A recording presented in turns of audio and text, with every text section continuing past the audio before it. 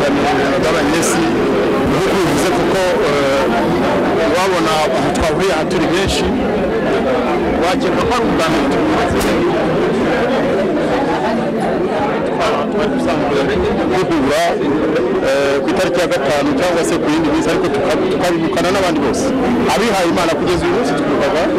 bari abasenyeri batatu n'abagenzi babo biciwe byazo uyu mwaka twavuga ko kibitandukanya n'ibya kera nuko noneho twongereho n'uriya mwana Shera aho tumenye tukamenya n'umubyeyi turavuga tuti ibyo kuko uriya munsi wari umunsi umeze nka symbole ikomeye cyane bari bishe abanyarwanda kuri ya tariki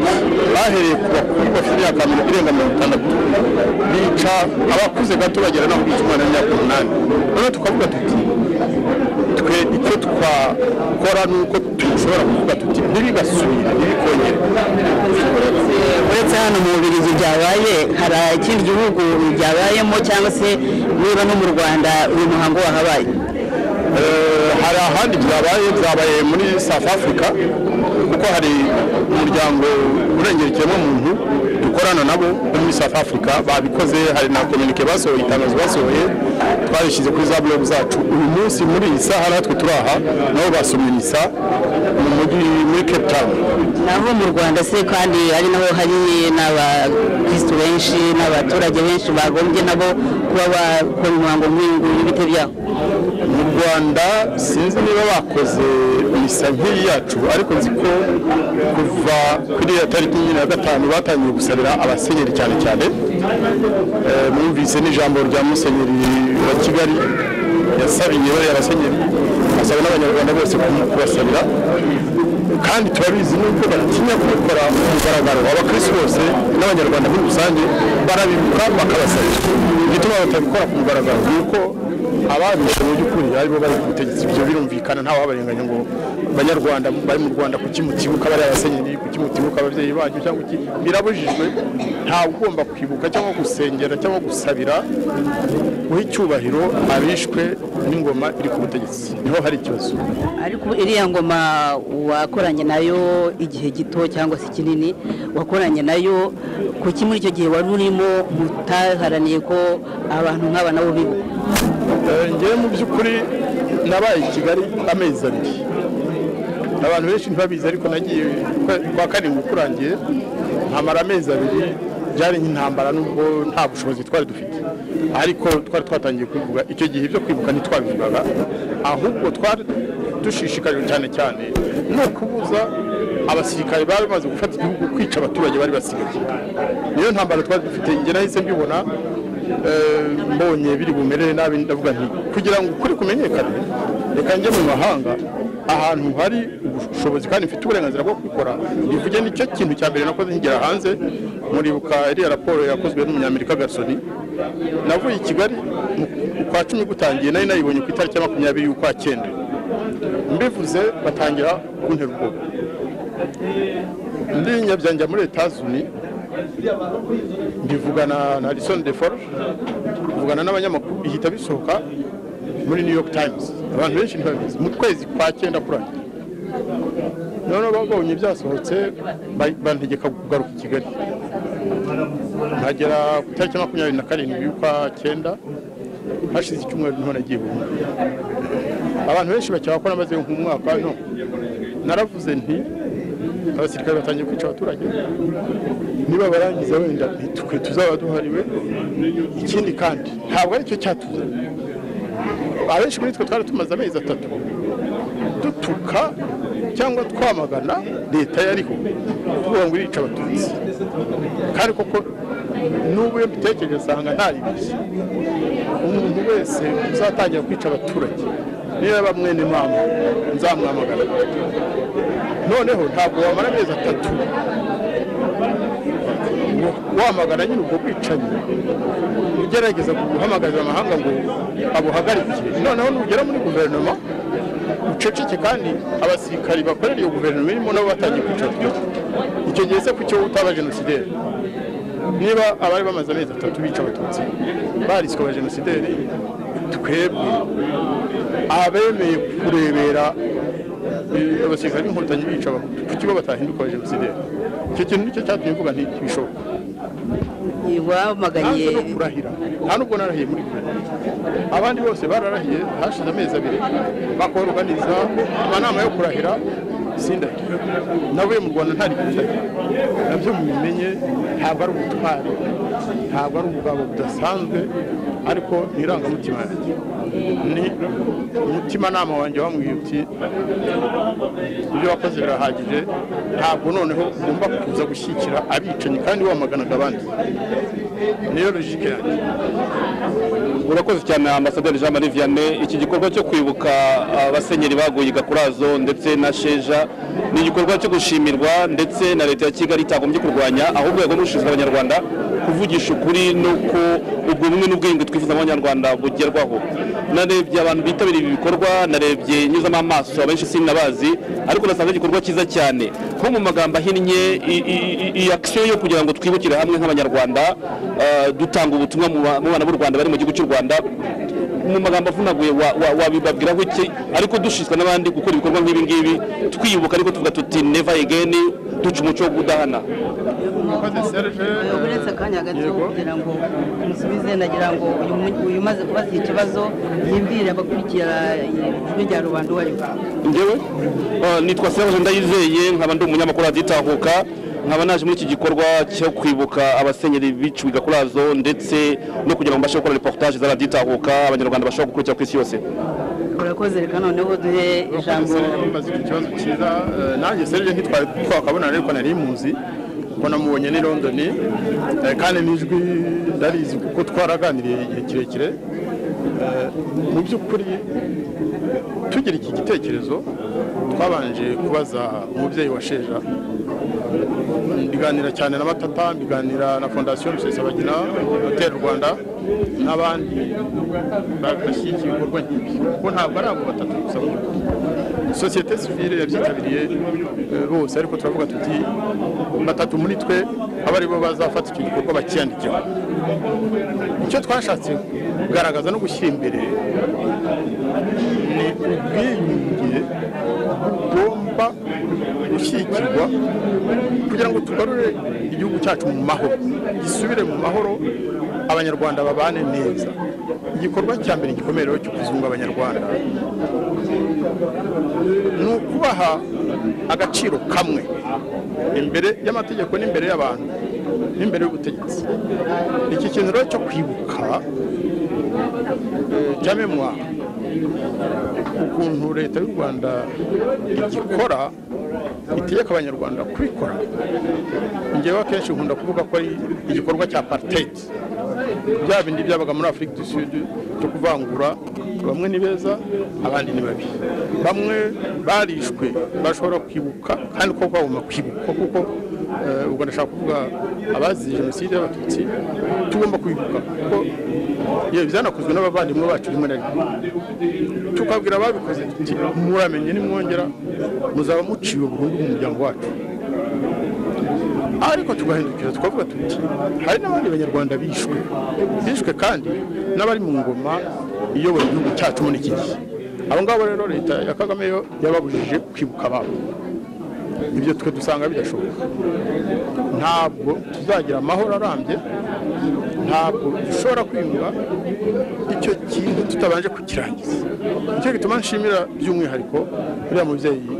Mukashema Esperance n'umuryango we n'abandi nkawe bemeje kuvugisha ukuri, bakarenga ibibazo by'amoko, bakavuga bati umunyarwanda ni undi, abanyarwanda barareshya. Tugomba kwibuka abacu tubasabira hamwe n'ibishoboka cyangwa kimwe bidashoboka kuba turi hamwe. Ambasaderi, aho ngaho ndagira ngo dusobanure ibintu neza kuko ejo bundi Minisitiri wo gucyura impunzi yaravuze ngo aribuka, ariko yibuka atekereza, ntabwo agira ijambo ryo kuvuga. Yavuze ko nta munyarwanda ubuzwa kwibuka mu gihugu cy'u Rwanda, aho nasanze rero mu kwibuka kwe afunga amaso agatekereza ariko ntashobora kujya ahagaragara ngo abivuge. Ubona hari formule ishoboka yuko abanyarwanda babasha kwibukira hamwe ariko ntihabeho n'ibintu byo kuringaniza ibyaha, kuko abatutsi baravuga bati ubwicanyi twe bwakorewe, abahutu bati ubwicanyi bwabaga kuko bwatewe namwe bitewe n'intambara yatangiye muri 1990. ugasanga kugira ngo tuvuge ngo abantu baribukira hamwe icyarimwe tutabanje gufata ngo twige neza twumve ikibazo ku muzi niho tumenye tuti abibuka ni bande hunama nde yunamira nde icyo kintu kiragoye kugisobanura ambasaderi kuko umunyarwanda arataka nta muryango utarapfusha umunyarwanda buri wese yumva ko yakwibuka we ariko ukavuga uti se twakwibuka dute twese amoko yose kandi tuzi neza ko hari abavuga ati nitwe twapfuye kuruta abandi. Serge ndagira ngo nkubwire ikintu kigeze kumbabaza wari utaratangira wenda kuza muri ibi wari ukiri muto ni muri za 2002 nigeze kujya gutanga conference haza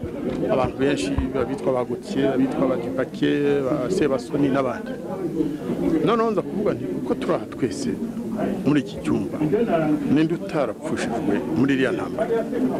ndavuga ni naha cyangwa cy'urutoki hejuru tubona nta n'umwe warushyize hejuru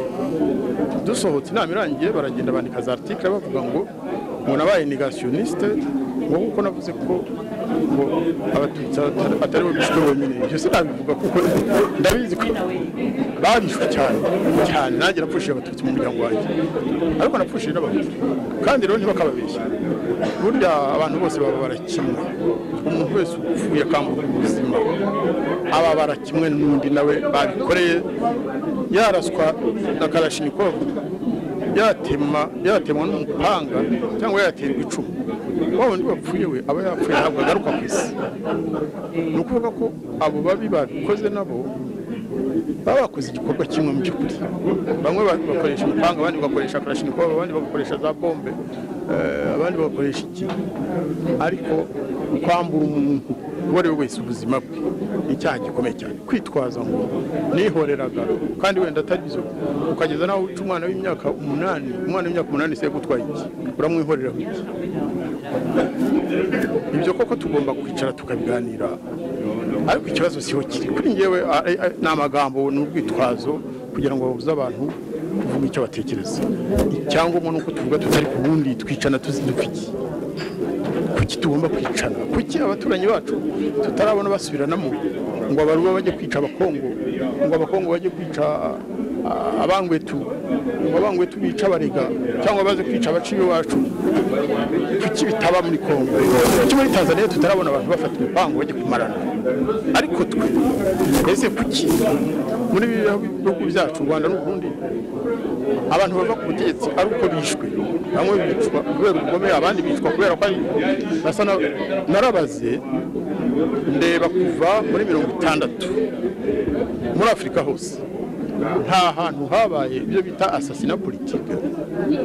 nko mu Rwanda no mu Burundi none hagiyeho na Kongo kuva Kabila bamwica ariko wabisimbiye byose watangiye ni Lumumba hakurikirwa na Rwagasore hakurikirwa na Ngendandumwe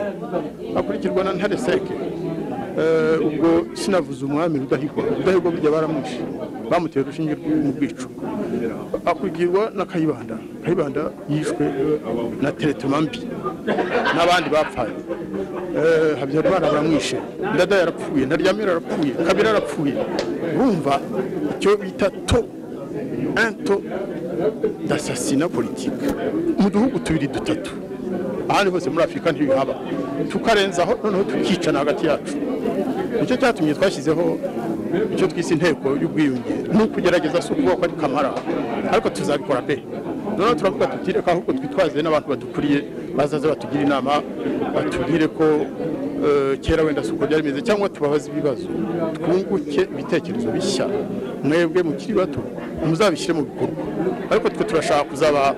ikintu kimeze nka package y'ibitekerezo byiza uburyo bwiza bushobora gutuma abanyarwanda biyunga n'ubwo rero kutwunga harimo iki kintu cya memoire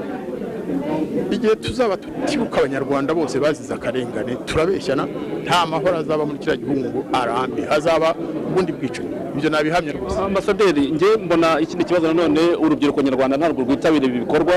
urubyiruko nyarwanda rusa nkaho rwahejwe ariko ntabwo mvuga ko mu ruheza ahubwo nirwo rwiheza kuko ubona ko badashaka kujya mu bikorwa bya politike n'ibikorwa by'umwe n'ubwiyunge mfite ubwoba ko u Rwanda rw'ejo ruzaza narwo ruzaba rukoreshwa nk'ubutegetsi bw'iki gihe bitewe n'ingengabitekerezo ababyeyi bashyiramo abana babo. Cyambere nabwira abana bakiri bato nako ndashaka kuvuga urubyiruko nuko bagomba gusoma ibitabo byandikwa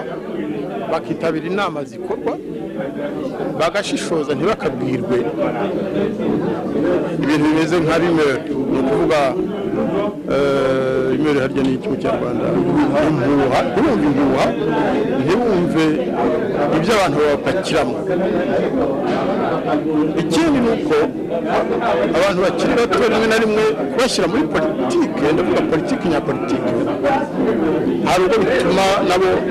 batangira kubaka inkuta nk'uko abakuze bazubaka. Kwitabira politike amashyaka si bibi, ariko njye mpora nifuza ko amashyaka akora ibintu bya politike, yakora politike yo guhuriza hamwe igihe tukiri hanze, tukabanza tukamenya neza igihugu dushaka kuzakoreramo politike uko kizaba giteye. Twarangiza kugishushanya tumaze kucyubaka, umuntu akavuga ati iyo nzu twubatse ni njyewe nshaka kuzayiyobora. Ariko azingura hari umuntu nabajije ukomeye muri politike hanze n'amaze ntise buriya Perezida Kagame avuze ati ndananiwe, taha uzi ukiyobore wataha. Ati ntahangere ese kuki? Ati sinajya kukiyobora n'abariya basirikare ba Kagame. Urumva icyo gituma abantu bagomba kwicara bagatekereza, ese u Rwanda ruzaba ruteye rute abo bantu bashaka gukorera muri politike? Hagati aho ariko igihe batarajya muri politike, abo basore n'inkumi bashobora kwitabira ibitekerezo byubaka bitavangura, abantu bashobora guhuriraho niyo baba bari mu mashyaka anyuranye. Nk'icyo cyo kunga abanyarwanda, umushinga wo kunga abanyarwanda ntabwo bisaba ko bakwitabira abari muri FDU, abari muri RNC, abari muri RDI cyangwa no, abantu bose babishatse bumva ko ari umushinga mwiza batarebye abawutangije bashobora kuwitabira kandi bakawubaka. Nyuma yaho bakavuga bati twumvikanye, twamenye n'ukuntu umukino dushaka kuzakina wa politiki uzakorwa, reka noneho dukomezanye ibyo twumvikanyeho, ibindi tuzaba tubivuga mu gihe tuzaba duharanira nyine kukiyobora. Ariko twabanje kumenya ukuntu kizaba cyubatse, ko ntacyo bimaze, wabivuze mu kanya, ntacyo zaba bimaze kuvanaho ingoma y'igitugu ukazana indi y'igitugu imeze nk'iyo cyangwa irusha igitugu, niyo bitakirusha ariko nayo ikoresha igitugu. Ibyo nabyo ntabwo twabyemera twebwe. Abasore n'inkumi nakubwira ko muri uwo mushinga wo kwiyunga twe turabafite kandi turabatumira. Ni ukuvuga ko mu nama azaza igihe bizaba bibaye amanama manini hazaba harimo urubyiruko rw'inkumi n'abasore benshi rwose, kandi twarabitangiye. None se haba hari ibikorwa twakwita nka seminari, ibikorwa seminari ariko bivuga ku bibazo nyamukuru? Kuko igikorwa nk'iki ngiki cyo kwibuka duhura turi abantu benshi, abantu badafite amasaha ahagije, ugasanga tufashe iminota mike cyane kubivugaho. Haba mu byo muteganya hari nka za seminari, abantu baza bagafata inisemene bakiga, tugahera ku mateka tukandika, tugafata note, tukamemoriza ayo matariki, tuzi n'ingaruka yagira ku Banyarwanda. Kwezi urebye kwenda kurangira hari ahantu tuzafite dufite inama ya komite mpuzabikorwa n'abajyanama n'abahuza n'abandi bantu batangiye umushinga. Ariko nyuma y'ibiruhuko mu kwezi kwa cyenda cyangwa ku icumi turateganya kuzakora seminari ireba cyane cyane urubyiruko nk'uko bivuze Serge, kuko ni ikintu gikomeye cyane. Tugasobanura ababyumvise neza tukabikomezanya, abatabyumvise neza nabo tugakomeza tukabasobanurira. Ni ikintu gikomeye cyane. Kandi iyo uvuze kwiyunga, ese kwiyunga ni bande bagomba kwiyunga? Njye nahera ku mashyaka akorera hanze, urabizi Serge uri umunyamakuru, Agnes urabizi. Umuntu yavuga ko amashyaka akorera hanze cyangwa se imiryango yo muri societe civile ikorana neza, njye nsanga hari akantu kabuze. Wagira ngo turabakeba, ndabivuze nabo twenda tutagomba kubibwira babimenye, uretse ko babizi barabibona kuri internet, ibintu twandika, ibintu ngenda vuga nti kwiyunga byagombye guhera kuri abo bashaka kwiyunga nyine.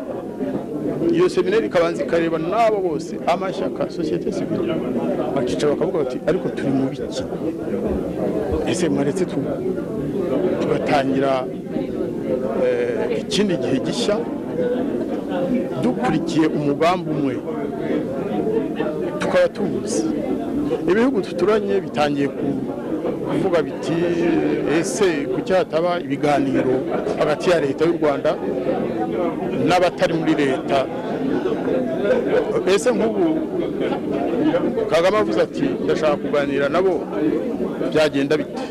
Ntabwo niriwe mvuga ibirenze aho, ariko umuntu wese yabyibaza. Ndasaba rwose abantu bashinzwe politike aho mu miryango irengera ikiremwamuntu, ushaka amahoro mu gihugu, ushaka ko abanyarwanda biyunga, ko icyo kintu bagomba kugitekerezaho. Kwandika amabarwa bashyigikira umuyobozi w'igihugu runaka cyangwa se gukora imyigaragambyo ni byiza cyane, ni igikorwa cyo kwerekana nyine ko dushishikaje, ariko tugomba kurenza aho ngaho. Murakoze cyane. Namwe murakoze.